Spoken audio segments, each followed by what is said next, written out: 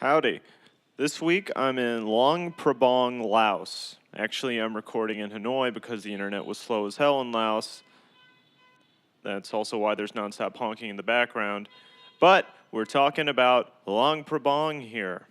The city is a UNESCO World Heritage Site. I don't know what that means, don't ask me. It has about 56,000 residents, and it's located on the Mekong River, about 220 miles northeast of Chiang Mai. And that's it. That's all you need to know. What did I do this week? Nothing. But in a minute, I'm going to call my friend Kevin and tell him about it anyway.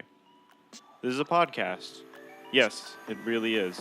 And the name of the podcast is Bad Travel Podcast.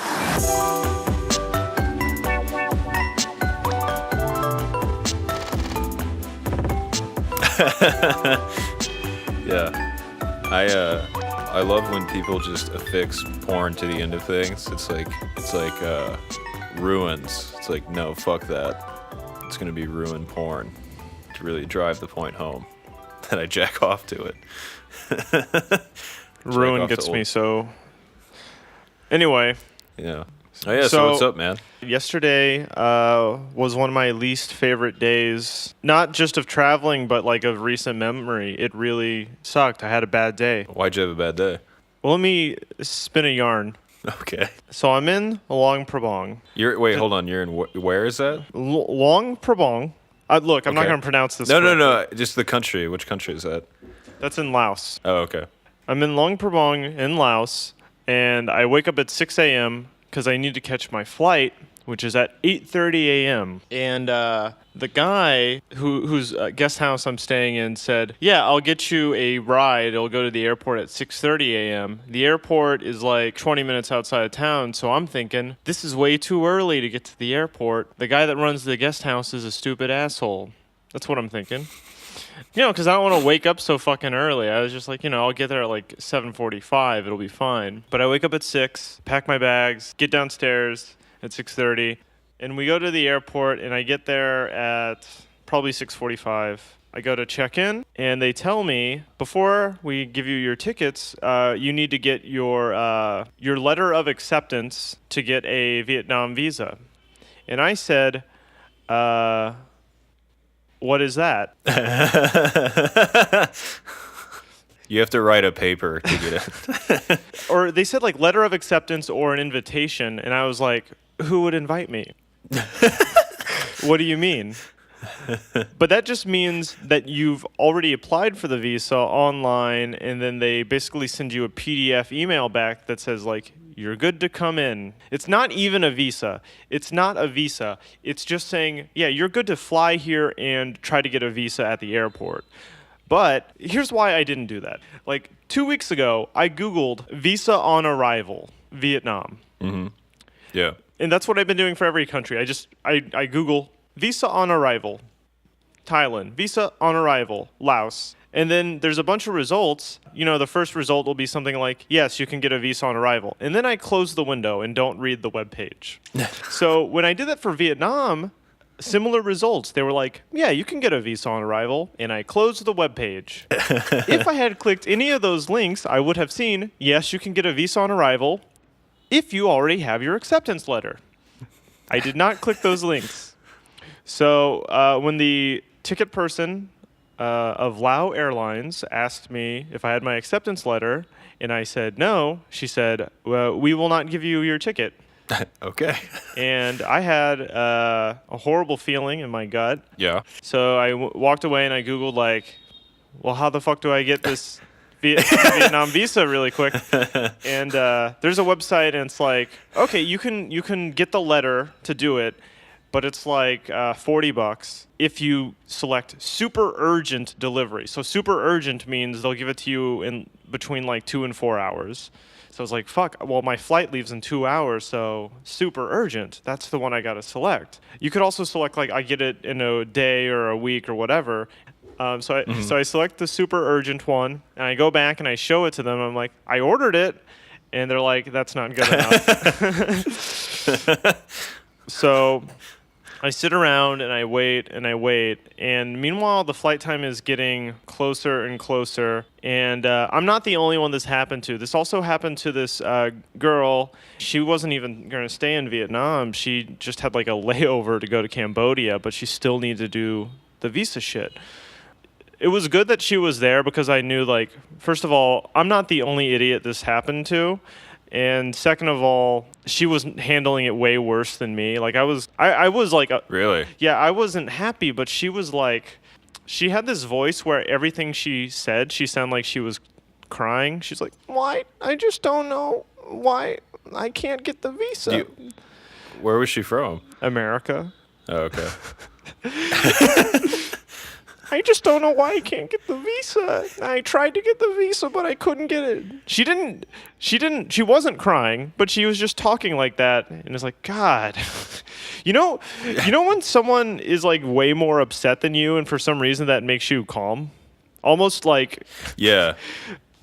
kind of like you're calm in response to them being upset so that you can be like, hey, fuck you for being upset. They're like your point of the stick, because I don't know, you're just like, oh, I hope I don't want to be that upset about it, you know? Yeah, exactly. Like, thank God for this crying woman. And but anyway, so I refreshed my email. I got an email from Vietnam immigration or whatever, and they said, bad news. They didn't say that, but I'm paraphrasing. This is the way I read it. You know how you like wanted to go to Vietnam?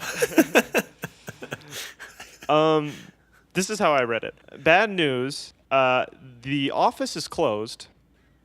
It's only open Monday through Friday. I'm taking this flight on a Saturday. We can do a rush special weekend visa application, and that will be another $200. So my flight is leaving in about 40 minutes, and I'm like, well, the flight cost me about $200. So if I don't make the flight, so I ask an airport employee, and I'm like, what happens if I can't make the flight at all? And they're like, oh, that's fine. You can just take the next one. So I'm like, well, I do want to leave Laos today, but is it worth it? And then they said, oh, wait, no, that one's fully booked. And I was like, oh, what about the next day? And they're like, oh, yeah, that one's fully booked. Oh, that's the day we closed down the airport forever. Oh, we're taking the plane out back and shooting it that day. No, Paul, it's my plane. I'll put it down. So I'm like, shit, I'll just pay the $200, right? Fuck it. I don't want to lose a couple days in Laos. I've already been in Laos a week. I want to go to Hanoi. I've already booked my accommodations, my Airbnb. So if I don't do this, I'm like just losing tons of time. It'll be worse if I don't pay this $200. But I pay it, and I send in the email, I send my passport and all the information. I'm like, please hurry. Yeah. And I don't know what's going on over there, but I missed my flight. Okay. I missed my flight because they did not respond to me for 3 hours. I talked to them and I said, what do I do? I missed my flight. And they said, well, just come back and you can be on standby. But that'll only get you on the plane if someone basically has the same exact problem you had today. And standby's not till 4:40. The flight was at 8:30. So that gives me a lot of time to kill. So I left the airport. Town is too far away. And I didn't want to take a tuk-tuk into town. I didn't want to fuck with it. I didn't want to be back in town. I didn't want to see the town again. I had a great last memory of the town, so I don't want to fucking sully it by, like, wandering in from this shitty situation. So I said, I'll just explore the area around the airport. You know, the area around the airport is always fun. Yep. So I type in coffee. I start walking, and the coffee place is on the opposite side of the airport, and it'll take like an hour. And at the time I start walking, I think, that's not so bad. But quickly it becomes bad because I have all my shit with me. That's like the bag and... Everything I have. I was at the airport with all my stuff because I thought I was leaving. So all my stuff is with me, and I'm walking to the coffee shop, and the area around the airport, as it is with like any place, is not full of shit to do. There's like some tire shops. That's it. Okay. There's tire shops, and there's like a fruit stand. They're like, dogs keep coming up, sniffing me. Because in Laos, there's lots of just wild dogs running around. Mm-hmm. So at one point, I'm almost to the coffee shop, and this pack of dogs, like maybe 4 of them, approach me not in a threatening manner, but anything that is in a pack that approaches you seems threatening, you know? Oh, God. Yeah. They kind of were playing around, and I walked up to them, and then they walked towards me.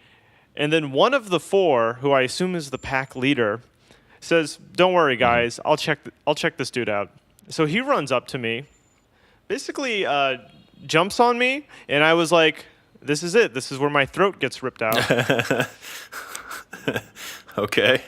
Scary situation. The funny thing about dogs is even when they're threatening, you're kind of like, "Aw," because you know. Mm-hmm. If I had to be killed by something, why not a cute puppy? What? How big was the dog? Normal size. So it wasn't like a No, this wasn't like like a pack of Yorkshire Terriers, Chihuahuas. I mean, these are all mutts, you know, Yeah. street dogs. The funny thing is, most of them have collars. I asked someone, I was like, so if they have collars, that means they're somebody's dog. And they told me, no, it's just that when someone sees a dog without a collar, they put a collar on it. Like, I don't know if it's... Why? I don't know. I think maybe it improves the dog's self-esteem or something. Look at you. You're such a handsome dog now. You know, you just see a dog without a collar, and you're like, I'll throw a collar on him, and then he runs free. Right, of course. Anyway, so this dog jumped up on me, and he just sniffed me. He sniffed me, and but it was still scary because as he was sniffing me, I tried to push him away and keep walking, and he I'd never experienced this with a dog. He strengthened his arms around my torso, don't move. I'm gonna sniff you some more. Oh. Holy shit. He put me in a hold, and he's like, hold on a second, buddy. I'm gonna keep sniffing you. And luckily, right at that moment, a motorbike pulled up beside me and started honking, and the dog ran off. And there was this girl, and she's like, do you need help? And you have a pack of dogs around you. You're like, no, I'm fine. Can't you see I'm doing something here? I'm busy. So I was like, yeah, I need to go somewhere. You wouldn't happen to be the ambassador to Vietnam, would you? You think this bike will get us to Hanoi? But she offered to give me a ride, and I said, yeah, I'm just going to this coffee shop, and she knew the place. So she's like, great, I'll take you. And I got on the back of her bike. She drives me to the coffee shop, which is really just down the road. I had walked most of the way there. And she drops me off, and I say, thank you, you're great. And she was like, yeah, I just saw you, and you look tired and scared. And I was like, yeah. Oh, so you had a pack of dogs around you. Yeah. So I said sayonara to my new good friend who rescued me from a pack of dogs, and I walked into the coffee shop. The dogs are inside the coffee shop. It was just a dog behind the counter making a latte, and he said, "Yeah, I'll be with you in a minute." I walk in and I want to order a nice latte, so I say, "Hey, can I get a latte?" And they're like, "Sure." And I reach in my pocket, and I have no money, and I can't get anything. Because I have no money and they don't take cards. Card readers, not common in Laos. Almost no places have them. So I walk out of the coffee shop and I go to the convenience store next to the coffee shop and I try to get some water. And I said, hey, do you guys take cards here? And they said no. And then I went to the restaurant, also in the same lot, and I said, hey, I would love a water. And I said, is water free? Jeez. And they said no. Dude. So I don't have anywhere to sit or any water. I looked through my backpack for do I have any snacks on me? Because I had the entire trip I've had a backpack full of candy bars and I don't have anything. I left it all in the hotel room. In fact, I remember specifically what I was thinking. I was thinking, why the fuck am I carrying all this Thai and Laotian snacks around? When I get to Vietnam, I'll have some nice Vietnam snacks, right? So I'll just leave them here, and I won't ever. And I'll have more room for my cinder blocks. I won't ever powerfully regret it the very next day. Yeah. So I decided to just keep walking, basically, and go back to the airport. So I keep walking. I'm tired as fuck. And the way it takes me to the airport is through, now I'm off like the main road, and I'm in like a dirt back road. It's very dusty. Every time a car drives past, my entire body basically gets coated with a film of dust. Yeah. It's like not yet noon, but the sun is high. And it turns out that there's even more dogs in the back roads than there are on the main roads. Oh, dude. Oh, man. Here's what I think. I'm walking through these back roads, and I have like my big backpack like on my right side. So I'm walking a little wobbly, and to the dogs, I probably look like, you know, an injured animal with like a big swollen ass or something. Yeah, I don't know. I felt very vulnerable. So that was another like hour of walking, and I made it back to the airport. I go back up to the ticket counter. I said, so I have the visa now. And they're like, okay, that's good. You're still on standby, so you might not be able to fly out today or tomorrow. I said, are there any other flights that I could switch to? And they're like, Lao Airlines does not have another flight, but Vietnam Airlines does. So I look on Vietnam Airlines, and they say, yeah, we've got one seat available. It leaves at 7:30, so if you don't book it, that's kind of it. It's $200. And so I say, okay, I'll book it. I book a new flight with Vietnam Airlines through cheapoair.com. Cheapoair.com. Cheapoair.com, ladies and gentlemen. It feels fucking bad because I showed up that morning with all my shit paid for, and I felt like I'm doing pretty good. Like, I'm actually under budget right now. And then within a few hours, I'm out like $400 or $500, and that's I don't think I've like talked about budget on here, but that's a week's budget. $500 is my budget for an entire week, so I'm fucking pissed, and I basically have to wait around until like 7:30. So I'm exhausted. I go to a spot in the airport, and I basically just curl up in a chair, and I fall asleep for a couple hours, and I wake up with a huge headache. It's about 4:30, so I go to the thing, and I said, you guys put me on standby earlier, and they said, oh yeah, well, we actually do have somebody that couldn't go on the plane.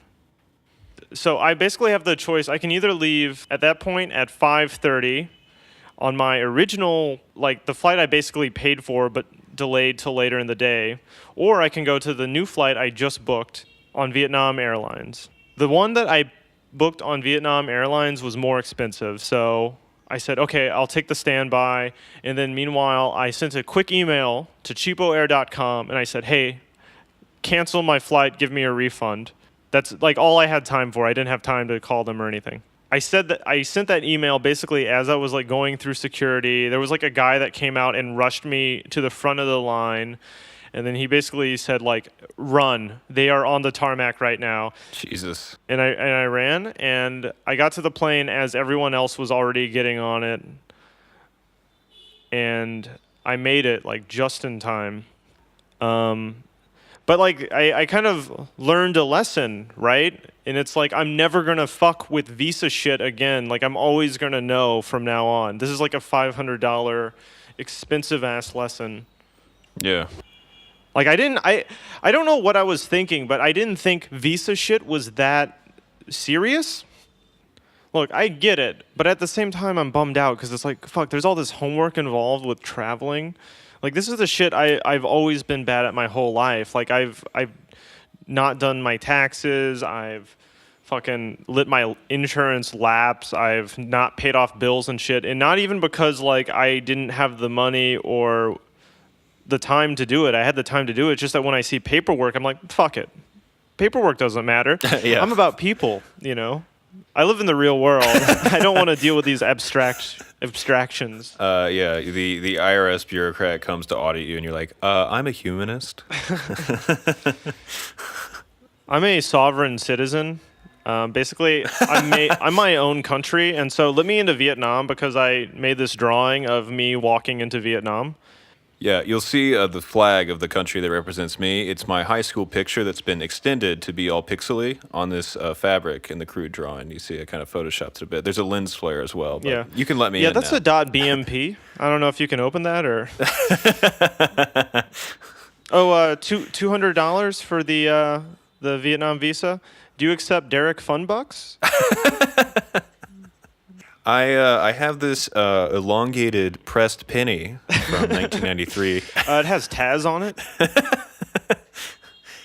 Taz is the official animal of Derek Land. When I was waiting around in the Laos airport, like it's a very small airport, and there's like one security guy, and at one point he had his back turned, and I was like, what if I just walk? What if I just go through? Right?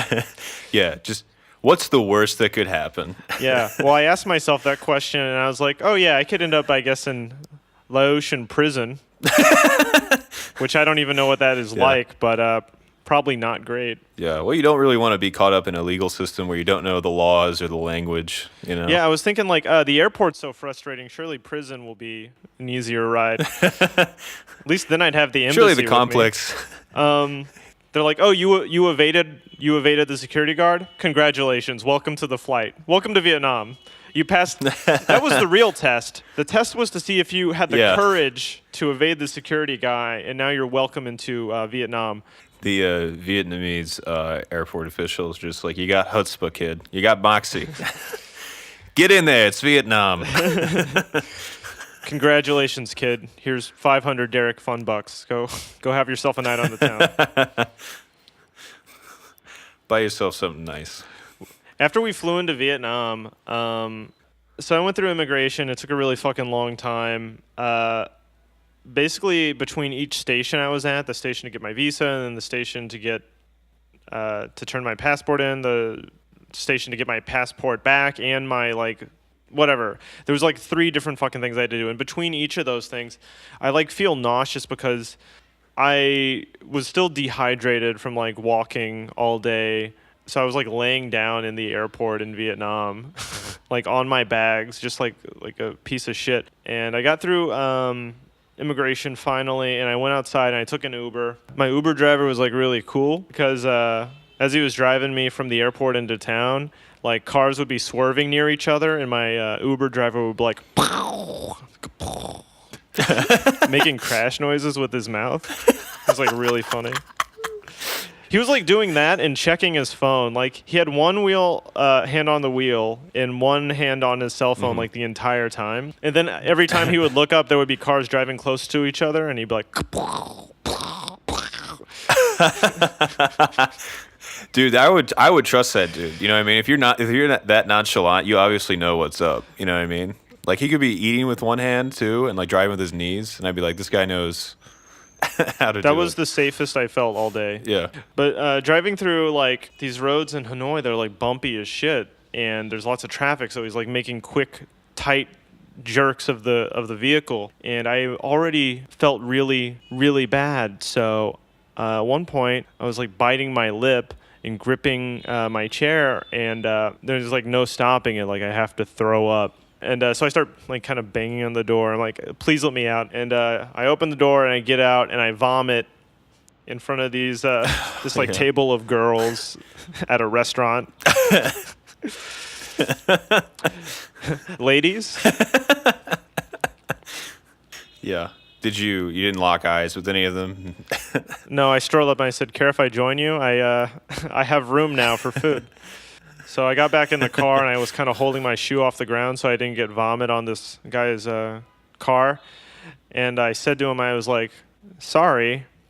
And he just laughed. This dude rules. He kicks ass. Like, I felt so safe with him.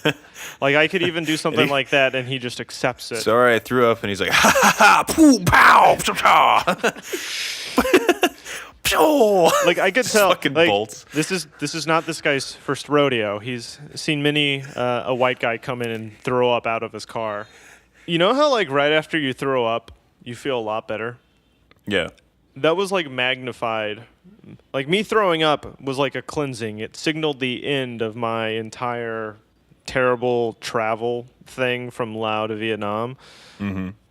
I mean, like, I felt good after throwing up until I looked up and saw the table of girls who were trying to eat their soup. I felt pretty bad. But then the guy laughed and I felt good again. Yeah, right. But yeah, it was good. It was like a purging. And then I got this other email from cheapoair.com, and it was like, hey, so you sent an email to cancel it, but you can't cancel it over email. So it didn't get canceled. So you have to call our office. So I called them, and they were basically explaining, like, yeah, so the refund from the airline is $91, but in order for us to process the refund, it's $75. And so as they're explaining this, I'm sort of like, I've dealt with, like, calling companies before, and the way I've always done it and the way I think most people do it is you call them and you, like, plead your case and you try to be really smart and outsmart them, present a cool manner. And I decided this time I'm not going to do that. Basically, I just acted really fucking dumb. Yeah. He's, like, explaining all this stuff in a very, like, clear, logical way. And I keep making him, like, repeat stuff because he'll be talking and I'm like, huh? What? What's an airplane?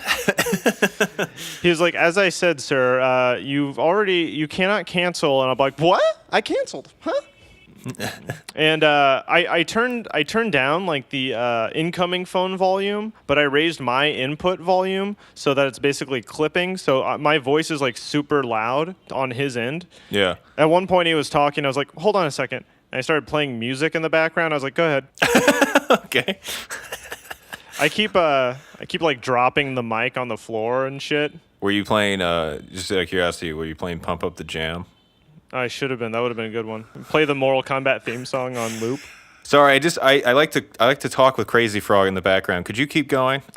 And then like in the background, I, like, get up from my chair and I start kicking my water bottle like I'm playing hacky sack with it. I punch the mic. Yeah. And he's talking and I, like, turn up the volume on the speakers because I'm not wearing headphones, so there's just a bunch of feedback going in the entire time he's talking. So I haven't gotten a refund yet. Your strategy didn't work. It didn't work yet, but I think if I just call them every day for a few hours a day, eventually they'll give me what I want. Give me what I need. Anyway, I just wanted to talk about that shit first because it's the annoying event that happened to me. But we should talk about Luang Prabang in Laos. That's the place where I actually was all week.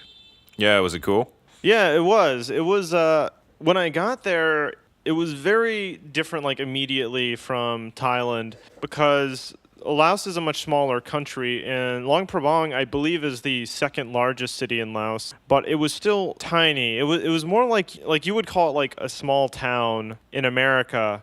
And it's, like, right on the Mekong River, so it's like a small river town, but it also has, like, a bunch of touristy shit there because I for some reason, like, tourists have been flocking there for years, and so every night there's a night market, there's tour buses and stuff, but overall, like, a lot more rural. I don't know, like, the buildings are older. Does it remind you a lot of other river towns? Do you know what I mean? Like, does it have that kind of... Are you asking me because we're both from a river town in southern Illinois? Yeah, does it remind you of the river town that you lived in, that we both lived in? Yeah.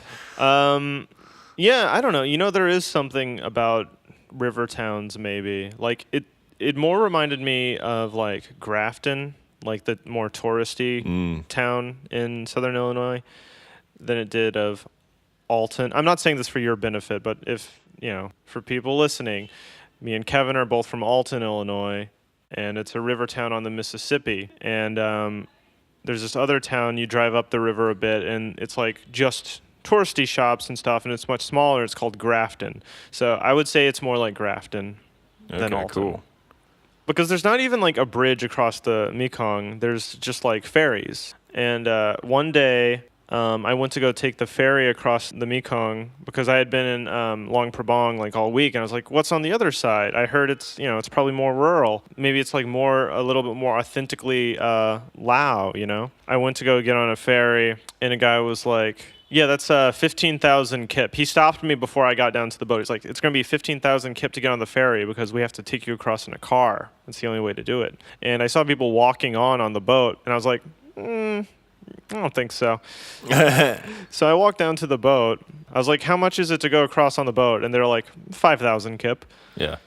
Pretty cool scam. You're getting your street smarts, You can I'm slowly smell, developing street smell smarts. scam. I did not yet develop Visa smarts yet, which would have been really fucking useful later. And also, it just sounds stupid. Like, you have to get in a car to be on the ferry. Don't think so. Yeah. But we took the ferry across the Mekong, and like when we got to the other side of the river, like another reference to Southern Illinois, it's kind of like West Alton Oh man. on the other side of the Mekong. Yeah, so I mean, What a letdown. it is West Alton. Like there's some kind of like spatial paradox where you actually end up in West Alton, Missouri. So to give an idea to anyone also listening, West Alton is kind of an oxymoron. They just kind of named nothingness. It's like a different kind of name for nothing. It's just a floodplain with 2 gas stations in it. Yeah, there really isn't much across the Mekong from Luang Prabang. It's just like a small rural village, and I crossed it because I saw other tourists also crossing it. So I thought, cool, let me go. Maybe there's something over there. People walk over there, but they just like walk through people's houses and shit. It's just like a residential neighborhood. And for me, like, I don't have any desire to be like, oh, I just want to see how people live. To me, that's fucking weird. I don't want to walk through someone's neighborhood as just a tourist with my backpack and shit, taking photos of people's houses. That's creepy. Well, it can be, I don't think you should like take pictures of people just hanging out, but like you just kind of walk around, I feel like that's, okay, right? If you just take a walk. Yeah, it's fun to take a walk, and I did. I mean, I walked all around Luang Prabang, and yeah, down streets where it's just people's houses and stuff. I didn't go specifically to an area that's only people's houses, specifically to look at people's houses. Right. I passed through areas like on the way to other shit, and you can get a feel for it, but I don't see the point of, like, on Twitter earlier this week, somebody messaged me, they added me, and they said, "How's the poverty tourism going?" Mm-hmm. I fucking hate that. Like, that's not what I'm trying to do. I'm not interested in that stuff. I'm not like going to places and being like, "Oh, they have nothing. Oh, look what they're doing." I'm not staring at people in their normal lives. I'm not interested in doing that. Well, at the same time, like, that term poverty tourism, look, I'm from the richest country in the world. I'm not like rich myself, but almost anywhere I go, if I want to see shit, if I want to see the world, I'm going to be passing through areas that are very poor. Like, Laos is a poor country. Like, I can't avoid that. At the same time, I'm not staying in the fucking Hilton. I'm not staying in 5-star hotels. I'm sleeping in guest houses and hostels, and I'm not going to resorts and shit. I'm not like going to a war-torn country and like fucking laughing it up with champagne on the beach with a private butler. I get what you're saying, man. Because there's like a lot of people too that I've met who are like, like a lot of people from the States, like they'll go to some Caribbean place and they'll be like, "Oh yeah, I'm going here," and it's like, "Oh yeah, where are you going?" "Oh, I'm going to the airport, and then I'm getting in a cab, and they're going to drop me off at a hotel compound surrounded by razor wire, where I will stay for a week and then leave." And it's like, why go?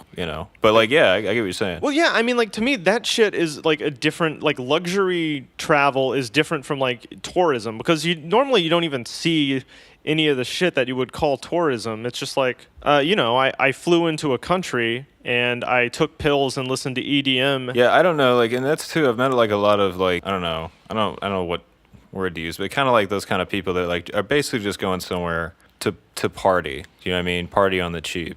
And I feel like too, there's like this weird like, what is it? That Eat, Pray, Love book, that awful book. Just about Yeah.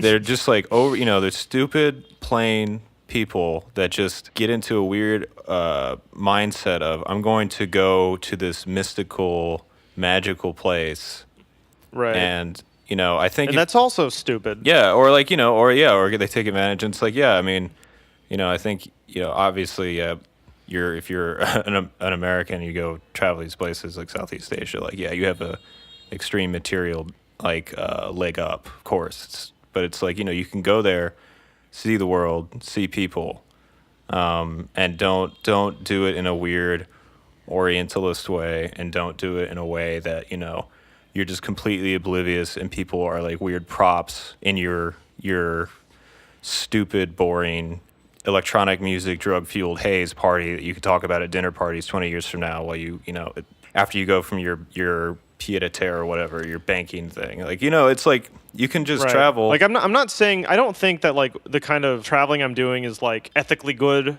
but I also don't think it's like ethically bad. I'm not like I don't know, like there's also that thing where people go to places and they have a bunch of pictures like of them posing with children and shit, and like Oh, yeah. You go to places and you act like you're the world's superhero, and like, yeah, I volunteered at a nature preserve, and it's like, hey, asshole, that's a job that a local person could have done, and it's actually the reason you had to pay to volunteer is because you're not you're not helping them. It costs more to train white people to do a job for a week than it would to just have a permanent employee. Like, you're a function of that place's revenue. If that place wanted to have a person working on their farm or wherever the fuck, they would have them.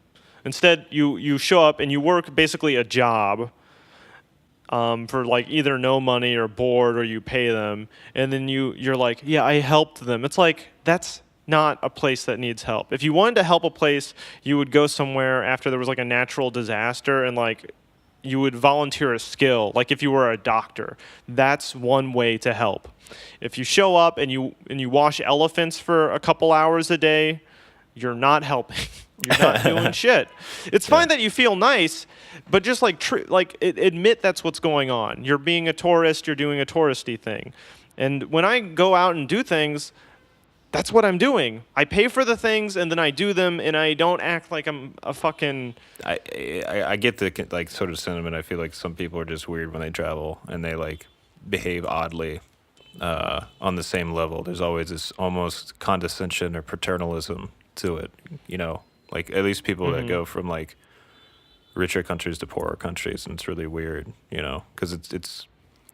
I don't know, I guess maybe it's part of the conditioning or something. But yeah, there's. Something weird about it. That was a good intellectual detour. Yeah, sorry. Yeah. Do you want to hear about how I almost shit my pants? Yeah, that's a good. You can segue into that. Yeah.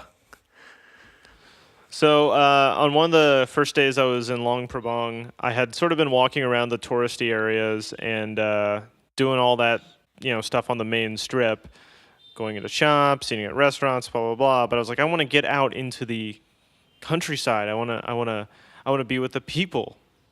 I want to have an experience that says something about my soul. So I rented a bike. Yeah. I had biked out of town, and either I was going to find a bathroom or I was going to have to squat in a field, like that quick. Wow. And I was lucky. Like I found a rest stop, and I was in the bathroom for like probably an hour and a half. Like I know how old people can die on the toilet. Because Okay. like, even if I was just like 36, like I would be dead. I would be a dead man. Was it? Would you get like food poisoning? What was up? I think I got some food poisoning because at the night market there's these all these different stands. They sell a lot of different food, and most of it's made fresh. It's like they have barbecued meat. They have little desserts like coconut pancakes and smoothies, stuff like that. They also have these buffet platters, like these smorgasbords of like a bunch of different like breads and like stir-fried greens and like curries and all this stuff. And so you walk up and it's like a really colorful looking, like very appetizing platter of a bunch of different things, and you get a plate and you can pile it up high with all the stuff you want. And it feels like a fucking steal, and like you're doing something very smart as you're doing it. But then when you sit down and like start to eat the vegetables, they're all like ice cold. Ooh. Like I don't know how long this stuff has been sitting out, but it felt wrong as I was eating it. Okay. Was it ice cold? So was it cold outside or was it like in a freezer? It was cold outside. That was another thing about Luang Prabang that was different from Thailand. Well, like in Thailand, I was like sweating all day, but the first couple of days in Laos was like cold as hell. So when I started eating the vegetables, I was like, oh yeah, we're outside, so they're cold. Mm-hmm. It's not like somebody had just cooked these. They'd been sitting out on a buffet for hours. And for some reason, that didn't make me stop eating them. Okay. That is 3 consecutive cities, 3 consecutive weeks where I've almost shit my pants. So I don't know if it's like, normally third time's the charm and I didn't shit my pants, so I'm safe forever. Like I'm never going to be in danger of shitting my pants, or if that means that next time I'm definitely going to shit my pants. It's the worst Aesop fable.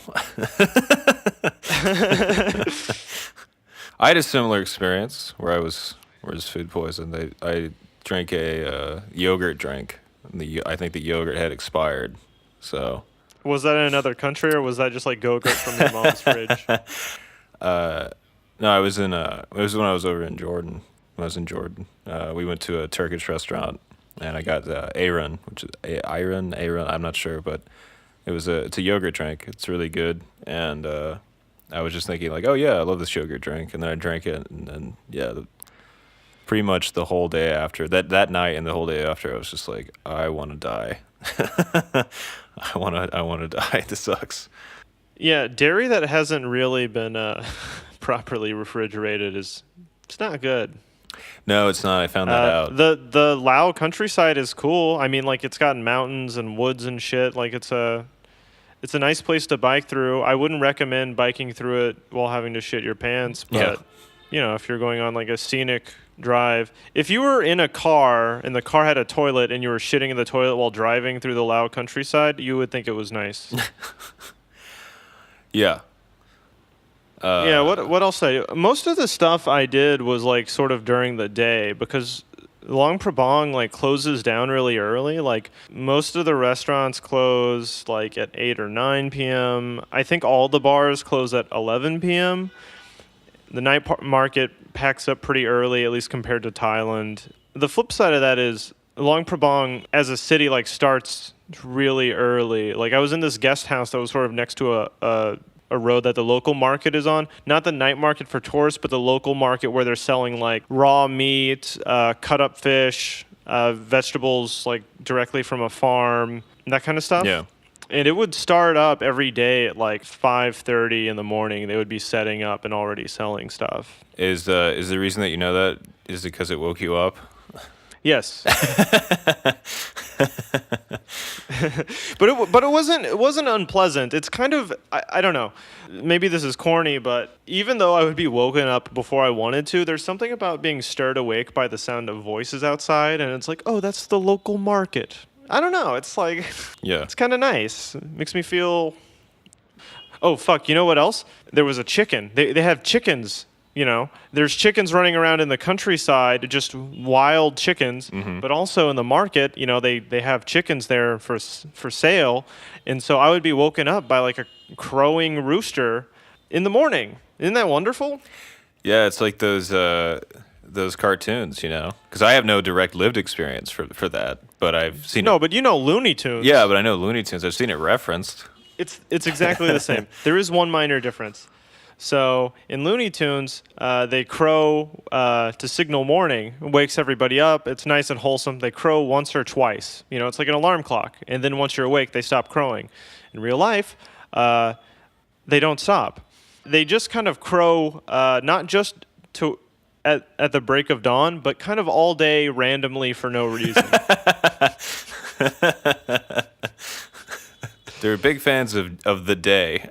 Yeah. The entire time the sun's up, they're like, "Fuck yeah, let me make some noise about it." Do you know? This is tangential, but like, did you ever see the movie Rockadoodle? I'm so glad you brought that up. No, I've never seen it. Okay. I honestly thought I dreamed the movie, but it's like about. Well, what's the movie? I never heard of it. The movie's about a rooster that was like really fucking good at like doing the rooster call thing. But in the movie, the way it operated is that the rooster had to crow in order for the sun to come up. And then like, yeah, but wait, the rooster was like this Elvis figure. And then like he gets a record deal and goes to the city and gets like strung out on like drinking and drugs and shit. And then the sun doesn't come up because he sucks now because he's on drugs. And then this like chicken has to go from the farm to the city to find him to get him out of this. Is this like a Lifetime original movie? No, it's like I think it was made by the same studio that did like the Fievel movies, like Fievel Goes West and An American Tale and all that. I think it was. Oh, okay. So this is like an '80s movie. Yeah, it was that, but I watched as a kid, but I really did think I was like, oh, is this like a dream? Did I dream this film? But no, it's Right. really real. It's an Elvis rooster. Yeah, I don't think it was very popular as a film. That's so hard to imagine. I know, but yeah, Rockadoodle. Oh yeah, and he had like an owl as a manager who was like trying to like, of course because it's an owl, he doesn't like the sun, so he's like, I'm gonna fuck up this rooster. And because it was the '80s, the owl was an offensive Jewish stereotype. I don't remember. That's just a guess. I don't remember that well, but Remember those racist birds from Looney Tunes? Which ones?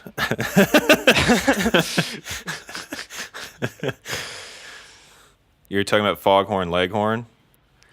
Well, he's not racist. He's a. Is he racist? I don't know. Maybe he is. I don't think he is. I think he's just supposed to be like some type of southern caricature.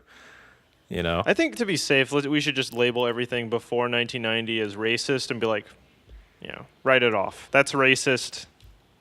Yeah. Space Jam's not racist, I don't think. None of the monsters were like, they didn't represent a race. I don't think so. But Space Jam's more egregious because if you go back and watch it now, it's very, very apparent that it's basically a Nike commercial that they stretched into a movie. And it's like all of that. Well, I think it's more vile sin was the fact that it made an entire generation of young boys want to fuck Lola Bunny. They made the bunny way too sexy. It was like a science experiment gone mad. Like, well, we can't make this bunny that sexy. No, watch me. All right. You'll destroy this generation of young boys. I don't care. Make her hotter. And he's turning dials, a dial that just says boobs. Yeah. Yeah, give her a tight ass too. Yeah, I just love the animator that had to like animate the hot bunny. I just imagine like the studio like sending back notes that are like, "Can we get less camel toe on Lola Bunny?" Yeah. Can you make Lola Bunny more thick? Well, it's a step back in a way because if you recall, it used to be back in the day, Bugs Bunny himself was the hot cartoon rabbit when he dressed up like a lady.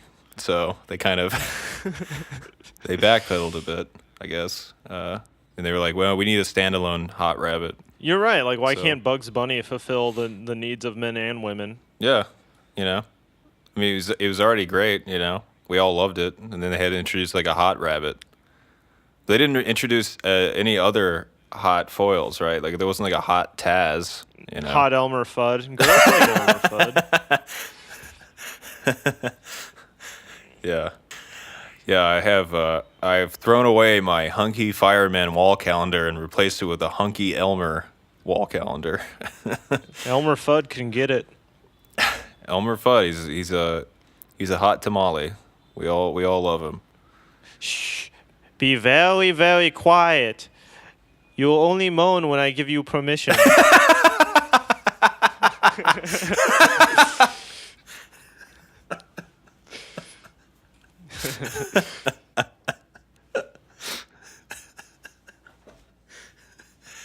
Oh man.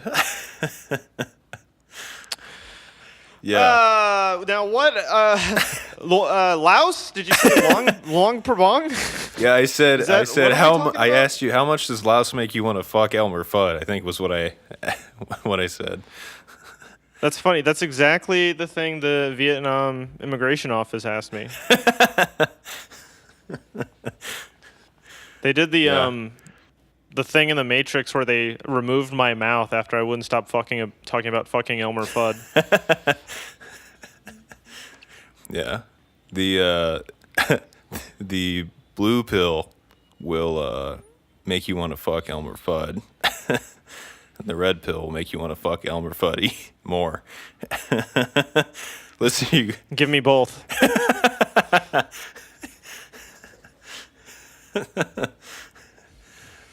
oh man. Let's see. What else did I do in Luang Prabang? I need to like start building like a tourist like taxonomy of like the different kinds of tourists, because like Luang Prabang definitely attracted a certain type of tourist. One of the nights when I was walking through the night market, I heard this awful sound. And as I got closer, I realized it was a didgeridoo Okay. being played very poorly, like just one note. And I walked up, and yes, it's a white guy. Oh, And yeah. Surprise. yes, he has a shitty beard. Yes, he's wearing like those green khaki things. Yes, he's wearing like moccasins. Nice. I was gonna say those toe finger shoes, but moccasins works too. And he has like, this is fucking like infuriating. He has like a tip jar out. Oh no. You know, like this is how I'm funding my travel through. Come on. There's no fucking way. There's no fucking way this guy is making enough in tips to even justify like the carry-on price of a didgeridoo on airplanes, right? Right. There's no fucking way.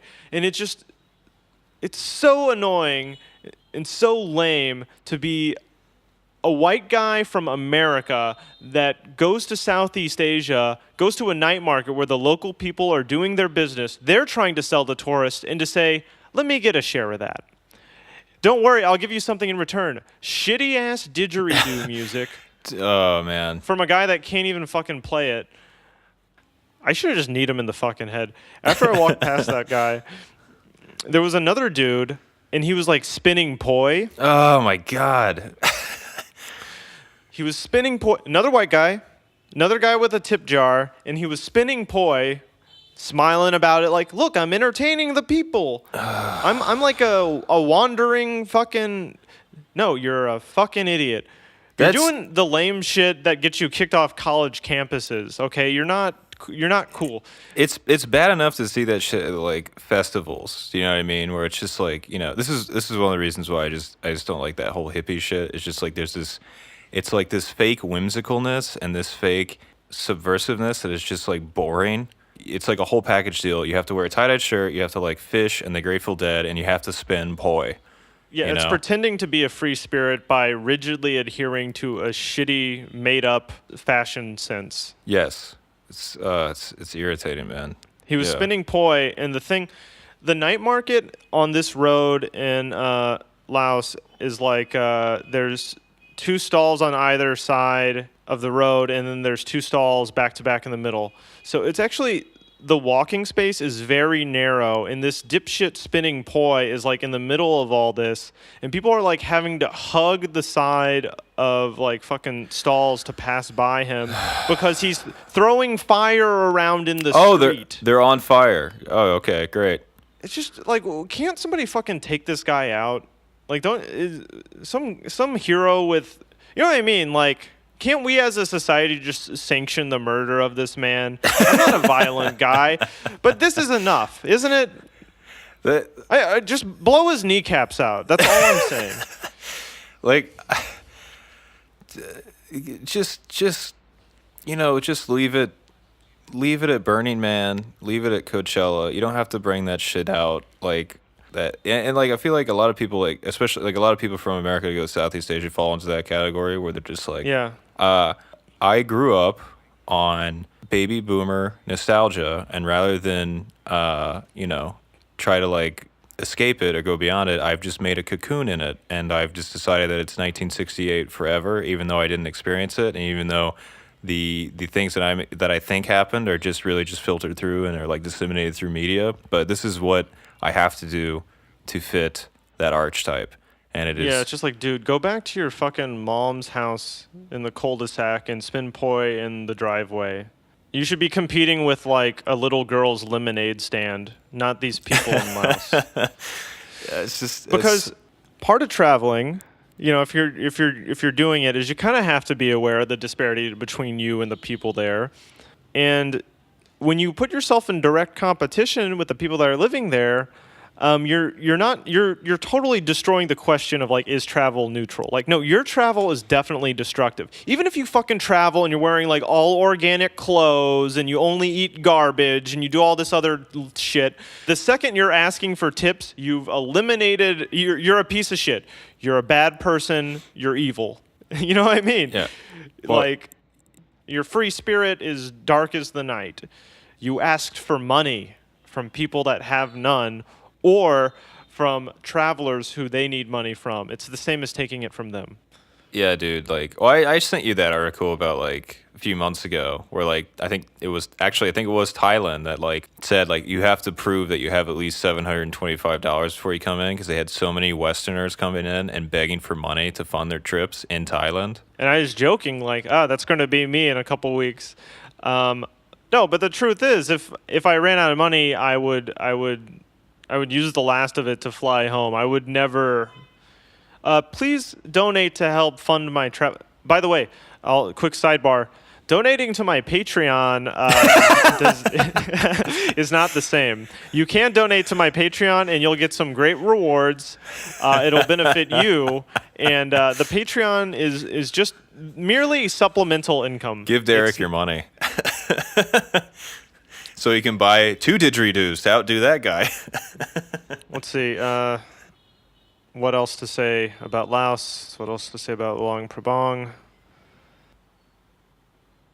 Yeah, Laos was cool. I mean, I think a lot of the town was sort of infected by like backpacker disease, but the local monuments and the landscape was really cool. The Mekong River is nice. The ride on the ferry was very cool at like sunset. I mostly spent my days in like walking by the river or walking out into the countryside, rode the bike around. And it just felt, like a little bit of a break, because in Bangkok and in Chiang Mai, there was always like an excess of shit to do. Whereas in Laos, it was kind of like, well, are you going to another city in Laos? And I was like, no. And they're like, okay, well, you can go to the waterfall. And that's kind of it. You go to the waterfall and you can hang around the town. And that's what I did. And it was nice. Cool. It's like a chill sort of area. That being said, when I came into Hanoi and I saw all the orange streetlights and all the traffic, I was like, fuck yes. Thank you. I'm back in a city. Yeah, like I kind of feel the same way. Like my litmus test, like people talk about a real city, but my litmus test is if you hear lots of horns honking, I feel like you're in like a real city. Do you know what I mean? Like if there's lots of honking. We should wrap it up. Okay. Or let's end it this way. I'll talk about Laotian cuisine as far as I can tell. So since it's between Thailand and Vietnam, they have a lot of that stuff there, especially for tourists. They'll have a menu that's like, these are Asian dishes and these are Laotian dishes, Lao dishes. So the Laotian food is sort of like a lot of it's sticky rice, sautéed mushrooms or something that you like pick up with the sticky rice. They have They have like fried spring rolls. They have a noodle soup that's kind of like pho, but it's different because there's like tomatoes in it. They have a noodle dish called cow soy, but it's not like the Thai cow soy. In fact, the Laotian people say like we have the original cow soy. The Thai cow soy is a pale imitation. The Thai cow Fuck is the a curry Thai soup. kosa. There's a bit of a friendly rivalry, I think. The Thai cow soy is like curry with coconut milk, and the Lao cow soy is flat noodles with like a clear broth, but it has red bean paste in it. It's really good. I'd say Lao food is a little bit less spicy. They also have a papaya salad, but it's not as sweet as the Thai one. It's actually made with like a fish sauce, so it's like really fishy. Okay. Yeah, and they also have I had a buffalo jerky, super good. Buffalo jerky? Yeah, jerky made from buffalo. Not like I'm thinking American bison, but it's not. It can't be that. Like, is it like the water buffalo? I don't fucking know. Okay. Yeah, Could be jerky from Buffalo, New York. I have no idea. They said it was buffalo jerky. I said yum yum. so give me it. All right, Kevin. I should say your name more. That way people know I'm talking to Kevin, not just some fucking guy. This is Kevin we're talking about here. Hello.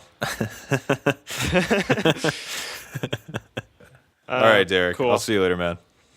All right, talk to you later. Bye. Did you open your inbox?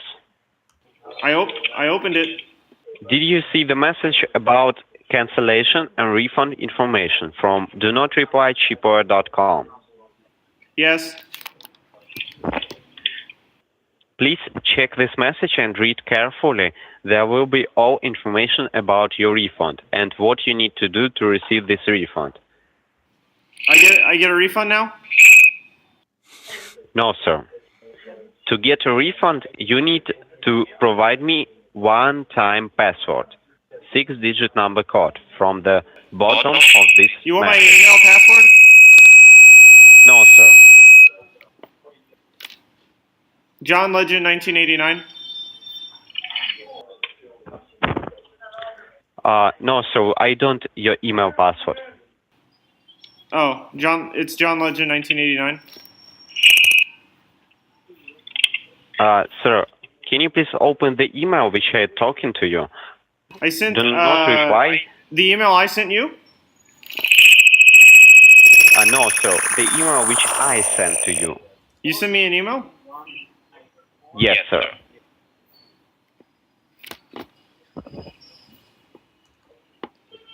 What?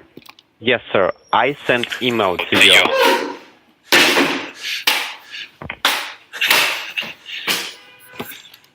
Okay. So can you please open this email? It's open. Did you see the message with subject cancellation and refund information from do not reply.com? I don't reply? Do not reply cheaper.com. I don't reply to it? No, sir. Okay. Yeah, okay. Well, I won't reply to it then. Okay, sir. I have a little bit problems with understanding you. Can you please call us back later? What time? Just in a few minutes. What?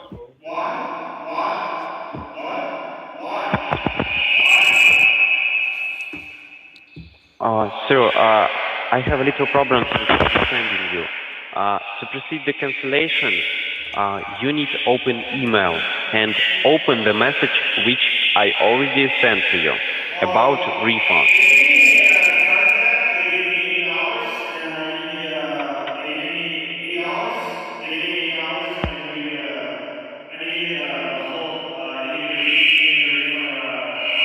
Welcome to the survey application. Were you satisfied with the service provided by our agent on this call? Press 1 for yes or 2 for no. Thank you.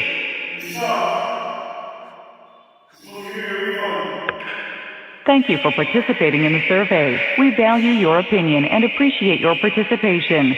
Goodbye.